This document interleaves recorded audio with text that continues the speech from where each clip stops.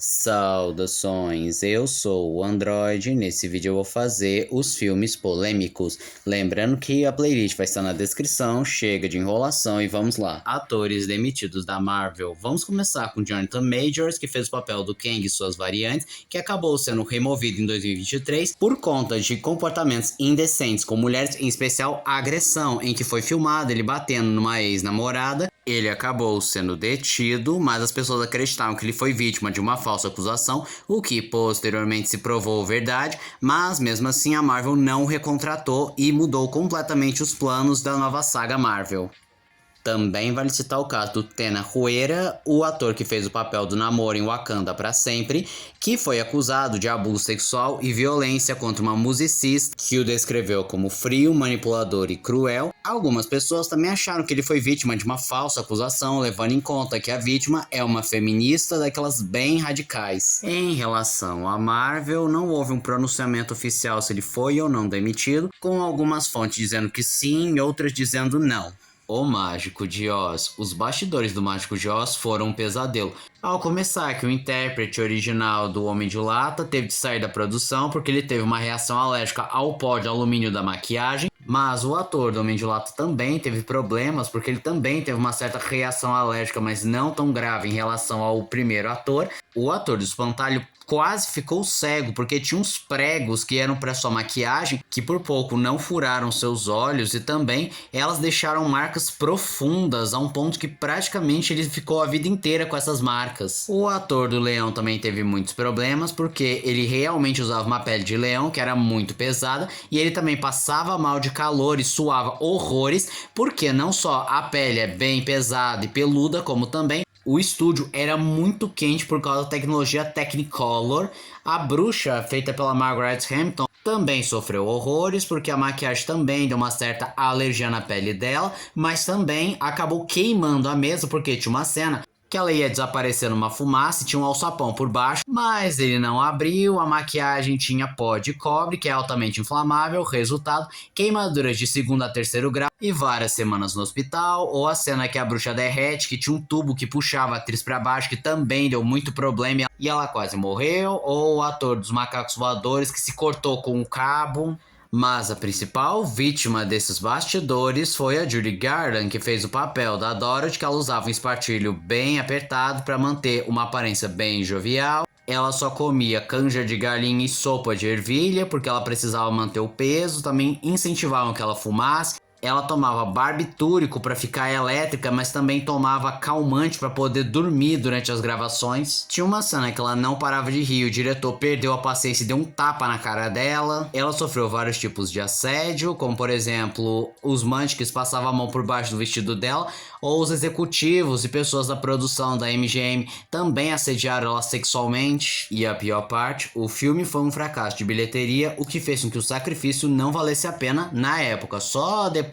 foram rever esse filme e ver que era realmente bom. 50 Tons de Cinza. A principal polêmica foi os bastidores, em que a autora A.L. James, a autora das obras e a produção, tanto que a atriz principal, Dakota Johnson, revelou em entrevistas que as filmagens eram bem complicadas, visto que a autora tinha um alto poder criativo em relação ao que poderia ou não ser adaptado, e ela havia exigido elementos incompatíveis com a linguagem cinematográfica, como por exemplo, os monólogos intensos, que até funciona dentro de um livro, mas para um filme apenas se torna brega. Além disso, a produção teve vários problemas quando tiveram que mudar completamente o roteiro após o ator original que faria o Christian Grey desistir do projeto. Uma Fada Veio Me Visitar é aquele famoso filme da Xuxa que ela interpreta uma fada, mas ele foi um fracasso de bilheteria, tanto que não permaneceu muito tempo em cartaz. E a Xuxa tentou culpar um suposto boicote bolsonarista por causa de suas posições políticas, mas nunca foi comprovado esse boicote. No entanto, algumas pessoas argumentam que houve marketing suficiente, pois o público não foi devidamente informado sobre seu lançamento, não conversava com o público jovem, já que as novas gerações não conhecem a Xuxa e quem conhece ela não vai querer ver o filme, seja por causa de posições políticas ou porque o filme não conversa com elas. Também houve um estranhamento e até críticas em relação à escalação da Xuxa, visto que ela parecia velha demais para interpretar uma fada. Le Magazine de Suicide, ou A Pequena Loja do Suicídio, é um filme baseado num livro de mesmo nome, que é sobre uma família que tem uma loja com itens para as pessoas poderem tirar a sua vida, e isso acontece com muita frequência, porque nesse universo várias pessoas tiram a própria vida e elas inclusive não podem tirar na rua, senão elas podem acabar pagando multa. E esse filme é repleto de humor negro, cenas violentas, apologia ao suicídio, o que pode ser insensível para algumas pessoas, mas outra cena extremamente criticada é o momento que o filho mais novo convida seus amigos para espiar a própria irmã dançando nua no quarto. Cena alterada em Monstros S.A. Naquela cena que o Mike e o Sullivan estão fugindo com a Abu do restaurante, era para o restaurante ser consumido por uma imensa bola de fogo, porém eles alteraram a cena para uma grande esfera esverdeada de energia porque tinha acontecido o atentado do 11 de setembro e eles não queriam associar a isso. Homem-Aranha Lotus é aquele fã-filme do Homem-Aranha em que trata um personagem bem mais psicologicamente abalado depois da morte da Gwen Stacy, só que um pouco antes de lançar o filme, os fãs acabaram descobrindo alguns posts e comentários racistas e preconceituosos do diretor e do ator principal, e ainda descobriram que o diretor não pagou os artistas de storyboard com dinheiro arrecadado, e eles fizeram um abaixo-assinado para tentar cancelar a obra, mas ela já estava tão avançada que acabou sendo lançada mesmo assim. Howard, o herói, esse bizarro filme que adapta o personagem Howard o Pato, tem duas cenas extremamente controversas. A primeira é uma cena que dá pra ver patos fêmeas com os seios à mostra, apesar de que patos não têm seios, e a segunda cena é o Howard se envolvendo sexualmente com uma personagem humana. Branca de Neve, conservadora. Quando estava no auge das divulgações do Branca de Neve lá, da Rachel Ziegler, a empresa Daily White, muito conhecida por ser uma empresa de notícias e produtora de conteúdo com viés um pouco mais à direita e conservador, decidiu fazer a sua versão de Branca de Neve, só que diferente da Disney, sendo bem mais fiel ao conto, e aí o pessoal com viés bem mais de esquerda e progressista atacou dizendo: agora vai ser uma Branca de Neve fascista, conservadora, retrógrada. E o mais curioso, que irritou também esses fãs mais esquerdistas, é que a atriz que ia fazer a Branca de Neve demonstrou gratidão em fazer a personagem, diferente da Rachel Ziegler, que constantemente desprezava a personagem. E reza a lenda que o filme da Disney foi adiado não só para evitar compatibilidade com esse filme, como também refilmar cenas e tentar se aproximar bem mais do conto original, como uma forma de controle de dança que a Rachel Ziegler fez. O Segundo Filho de Deus. Esse deveria ser um filme lançado em 2012, protagonizado pelo Renato Aragão, em que ele seria o segundo filho de Deus, enviado para a Terra para concluir a missão que seu irmão Jesus não pôde concluir. E esse roteiro foi visto como um escárnio religioso, uma heresia para dizer o mínimo, porque o protagonista é seu próprio Renato Aragão, dizendo é o irmão de Jesus que veio concluir o que Jesus não pôde concluir, sendo que Jesus não fracassou em sua missão, e até mesmo houveram petições de pessoas pedindo para não lançar o filme. O Renato disse certa vez que de fato tinha um filme com esse nome, mas não teria essa história, mas curiosamente esse filme nunca viu a luz do dia e na realidade hoje é visto como uma lenda urbana.